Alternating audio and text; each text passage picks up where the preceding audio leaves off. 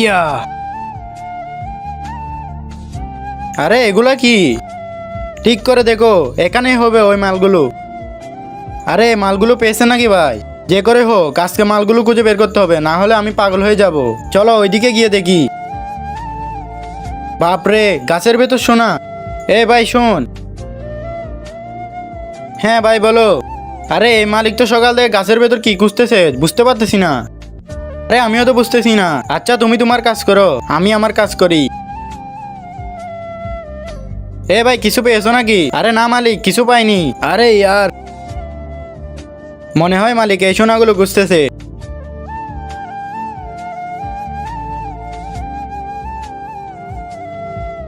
যদি আমি এই সোনাগুলো নিয়ে পালাতে পারি তাহলে তো আমাকে আর কোনো কাজ করতে হবে না। এইরকম গাছের ভিতরে হবে।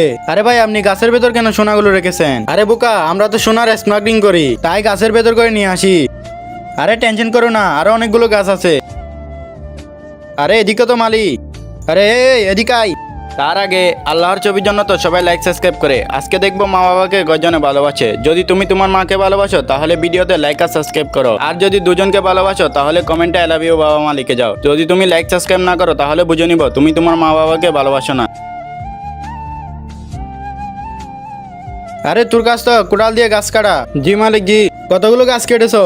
10-12টা কেটেছি মালিক। আরে গাছের ভেতর থেকে কিছু পেয়েছিস নাকি? আরে না মালিক, কিছুই পাইনি। আচ্ছা যদি কিছু পাস তাহলে আমাকে তাড়াতাড়ি বলবি। আচ্ছা ঠিক আছে মালিক।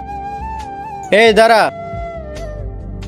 তুই এই গাছ নিয়ে কোথায় যাচ্ছিস? আরে এটা কোদাল দিয়ে কাটতে পারতেছি না, তাই মেশিনে নিয়ে যাচ্ছি। আরে মেশিন তো পিছে, তুই এদিকে কোথায় যাচ্ছিস? আরে আমি তো পিছিয়ে যাচ্ছিলাম, আপনাদেরকে দেখে সালাম করতে চলে এসেছি। আসসালামু আলাইকুম।